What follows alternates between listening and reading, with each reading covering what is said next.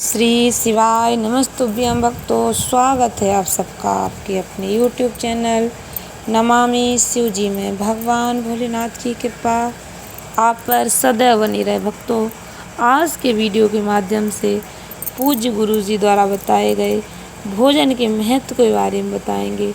भक्तों, हम आपको बताएंगे वो कौन सी 2 सब्जियां हैं जिन्हें सप्ताह में यदि आप एक बार भी खाते हैं तो आपके घर में कैसी भी समस्या हो वो सब दूर हो जाएगी, पैसों की कोई कमी नहीं होती है।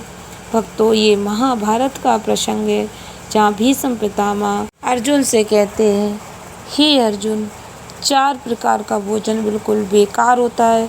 पहला, जिस भोजन की थाली को लेकर ठोकर लग गई हो वो भोजन नाली में पड़े कीचड़ के समान होता है। दूसरे नंबर का भोजन, जिस भोजन की थाली में कोई लांघकर चला गया वह भोजन गंदगी के समान होता है। तीसरे नंबर का भोजन, जिस भोजन की थाली में बाल होता है वह भोजन दरिद्रता देने वाला होता है। और चौथे नंबर का भोजन, हे अर्जुन, यदि पति और पत्नी एक ही थाली में भोजन करते हैं तो वह मदिरा के समान होता है।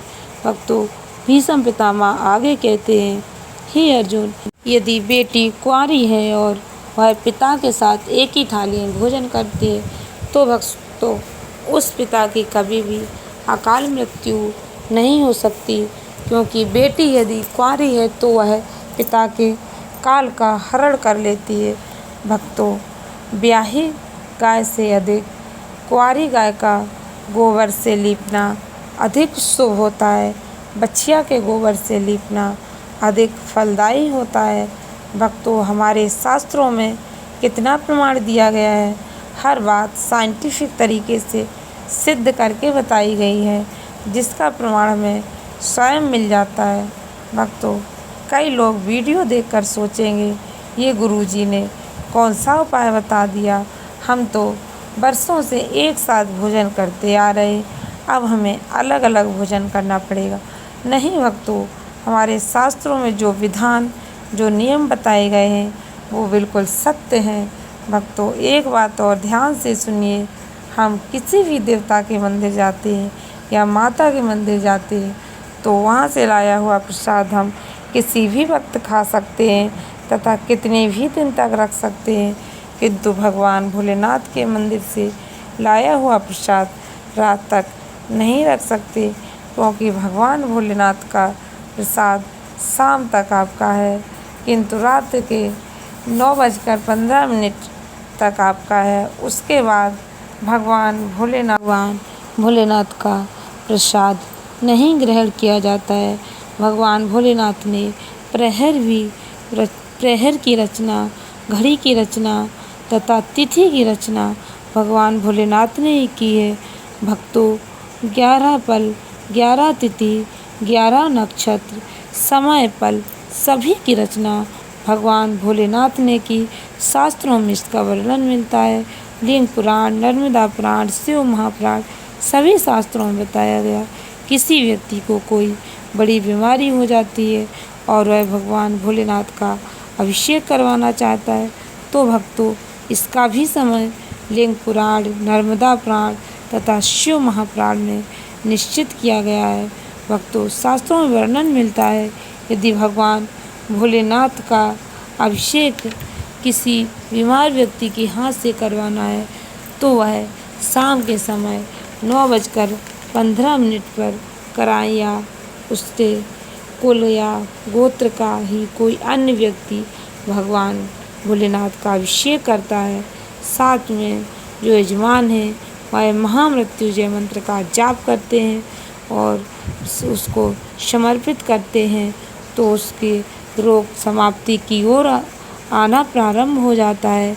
भगवान भोलेनाथ की पावन कथा कहती है, यदि एक कलश के अंदर दूध ले लीजिए, उसमें काली तिल डाल लीजिए, थोड़ा सा सूखा आंवला ले लीजिए और थोड़ा पीला बेल फल मिल जाए तो उसके अंदर का भाग ले लीजिए। यदि बेल फल ना मिले तो सूखा बेल फल बाज़ार में मिलता है, ले लीजिए और पीस कर उसका उपटन बना लीजिए और उस उपटन को घर के कि जिस सदस्य को कोई बीमारी हो तो उस कलश से उस व्यक्ति का स्पर्श कराकर घर का कोई सदस्य भोलेनाथ के मंदिर जाकर उस पीले का लेप शिवलिंग को करना है और जो जल आप लेकर गए उसे शिव जी को इस मंत्र का उच्चारण करते हुए समर्पित करना है।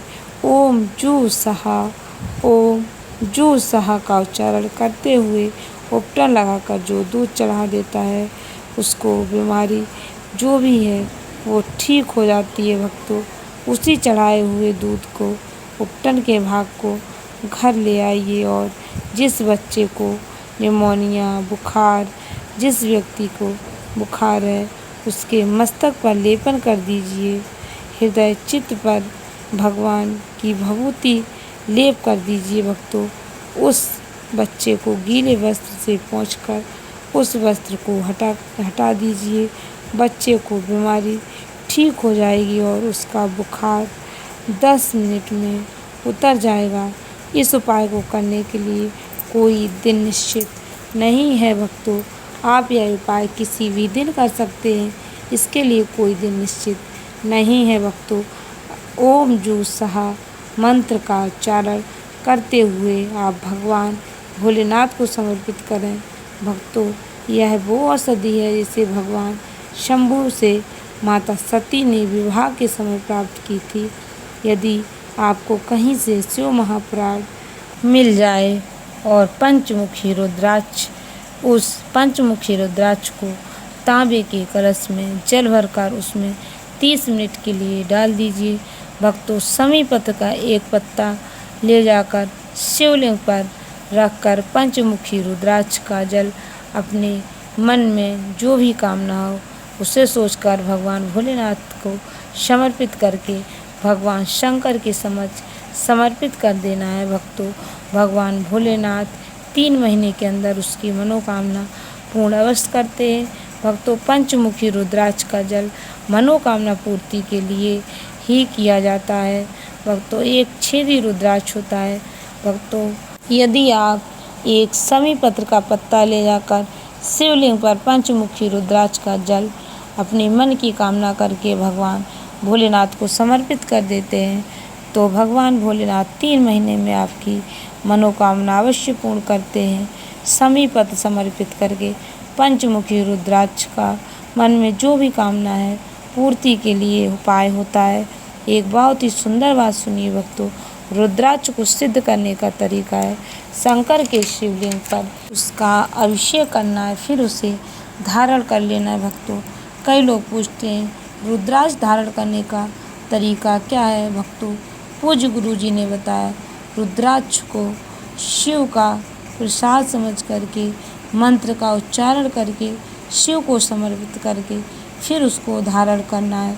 ओम जूम शाह मंत्र का उच्चारण करते हुए एक छेदी रुद्राक्ष होता है। एक रुद्राक्ष ऐसा होता है जिसमें छेद नहीं होता है। जिस रुद्राक्ष में छेद नहीं होता वह कार्य में सिद्धता प्रदान करता है, वह खंडित नहीं कहलाता। जिस रुद्राक्ष में छेद नहीं होता वह अधिक पावन होता है। भक्तों, जानकारी अच्छी लगी हो तो ज़्यादा से ज़्यादा शिव भक्तों को शेयर करें ताकि वे भी इस उपाय का लाभ उठा सकें। धन्यवाद भक्तों। श्री शिवाय नमस्तुभ्यं।